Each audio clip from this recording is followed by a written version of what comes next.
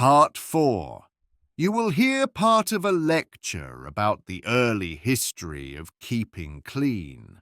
First, you have some time to look at questions 31 to 40.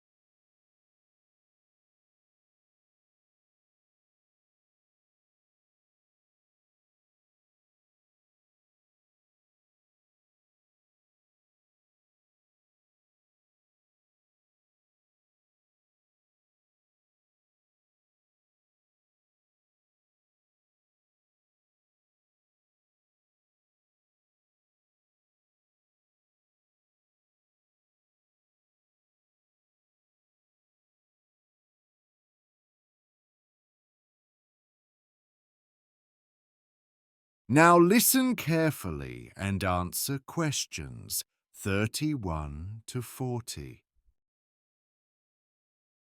Today, we use a wide range of items for washing ourselves, doing laundry, cleaning dishes, and keeping our homes tidy. However, this habit of using separate cleaning products only really developed in the 20th century. The roots of cleanliness go much further back, all the way to prehistoric times. Since water was essential for survival, the earliest humans chose to live close to rivers and lakes. They soon noticed that water could rinse mud from their hands and skin, even if they didn't yet understand why it worked. During archaeological work in ancient Babylon, experts discovered proof that people there already knew how to make a form of soap as early as 2800 BC. They uncovered clay containers marked with symbols explaining that fats had been boiled together with ashes, a basic process of soap production. There was, however, no clear evidence that this mixture was used for washing. The ancient Greeks were known to bathe for beauty rather than for hygiene, and they didn't actually use soap. Instead, they rubbed their bodies with sand, pumice, or ash, covered themselves with oil, and then scraped off the oil and dirt with a metal tool called a strigil. Clothing was cleaned simply by rinsing it in streams or rivers, again without soap. Among the early Germans and Gauls, another step forward occurred. They made a substance similar to soap by combining melted animal fat and done in ashes, which they interestingly applied to their hair to give it a reddish color.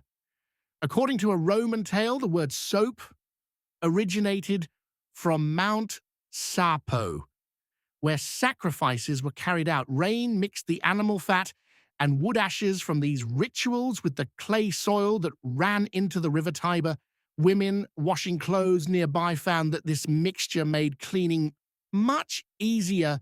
As Roman culture flourished, public baths became an important part of life. The first grand Roman bathhouse, fed by water from aqueducts, was constructed around 312 BC. Bathing soon turned into a social activity, and by the 2nd century AD, the Greek doctor Galen advised using soap for both health and cleansing purposes. After the collapse of the Roman Empire in 467 AD, Europe entered a long period where bathing became uncommon. The decline in personal hygiene, together with dirty living conditions, helped the spread of disease, including the terrible Black Death of the 14th century. Even so, soap making continued to progress. It became a recognized craft in many European cities, with soap makers protecting their trade secrets carefully. They began to add perfume to their products for the first time and used both plant ashes and animal or vegetable oils. Over time, people developed different kinds of soaps for shaving, washing hair, bathing, and laundry. A turning point in soap manufacturing came in 1791, when the French chemist Nicolas Leblanc created a method of converting salt into soda ash, a chemical essential for combining with fat to make soap. This invention made large-scale production possible. Some years later, in the early 1800s, another French chemist, Michel Eugène Chevreul, discovered how fats, glycerin, and fatty acids were chemically related. Thanks to his research, soap making evolved into a true science, and new techniques allowed factories to produce soap faster and at lower cost. For centuries, soap had been an expensive item, often subject to heavy government tax. But once that tax was finally removed in the 19th century, ordinary families could afford to buy it, and standards of cleanliness improved dramatically. With the spread of soap use came gentler formulas for bathing, as well as special types designed for the early washing machines that appeared at the end of the 19th and start of the 20th century. That is the end of Part 4. You now have 1 minute to check your answers to Part 4.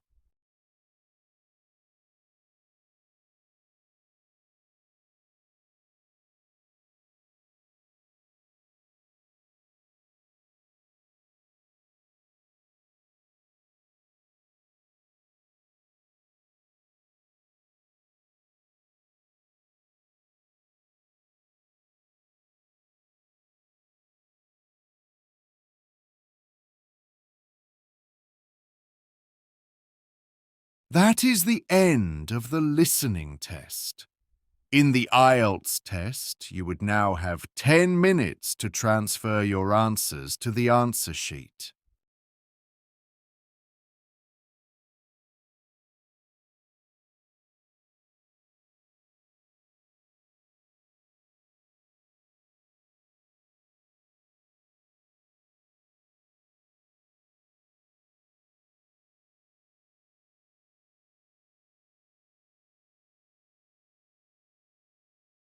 Today, we use a wide range of items for washing ourselves, doing laundry, cleaning dishes, and keeping our homes tidy.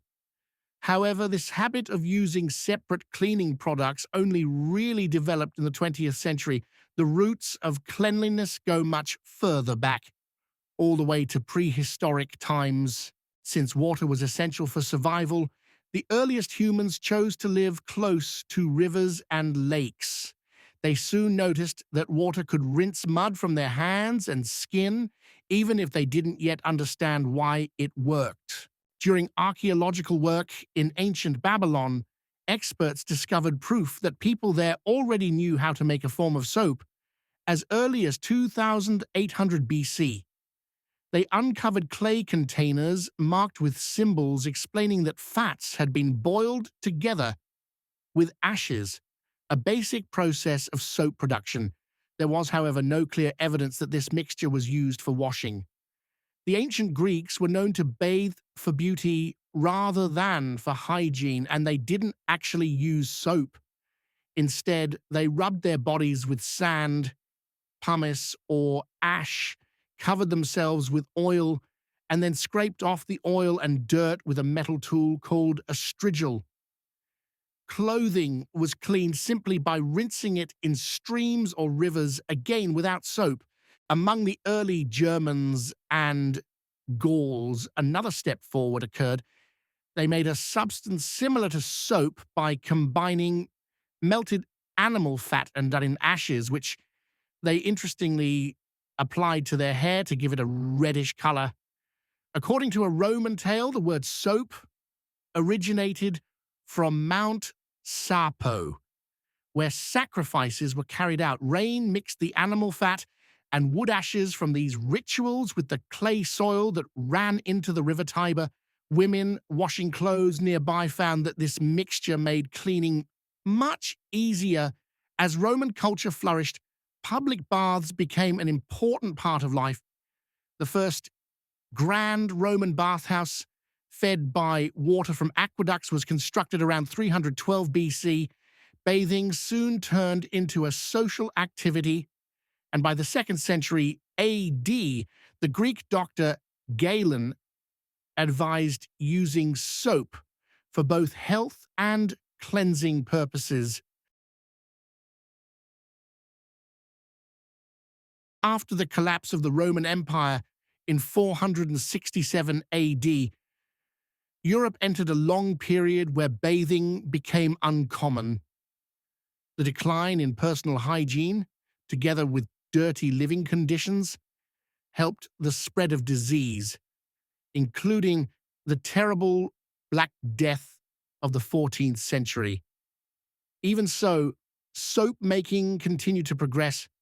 It became a recognized craft in many European cities, with soap makers protecting their trade secrets carefully. They began to add perfume to their products for the first time and used both plant ashes and animal or vegetable oils. Over time, people developed different kinds of soaps for shaving, washing hair, bathing, and laundry. A turning point in soap manufacturing came in 1791, when the French chemist Nicolas Leblanc created a method of converting salt into soda ash, a chemical essential for combining with fat to make soap. This invention made large-scale production possible. Some years later, in the early 1800s, another French chemist, Michel Eugène Chevreul, discovered how fats, glycerin, and fatty acids were chemically related. Thanks to his research, soap making evolved into a true science, and new techniques allowed factories to produce soap faster and at lower cost. For centuries, soap had been an expensive item, often subject to heavy government tax. But once that tax was finally removed in the 19th century, ordinary families could afford to buy it, and standards of cleanliness improved dramatically. With the spread of soap use came gentler formulas for bathing, as well as special types designed for the early washing machines that appeared at the end of the 19th and start of the 20th century.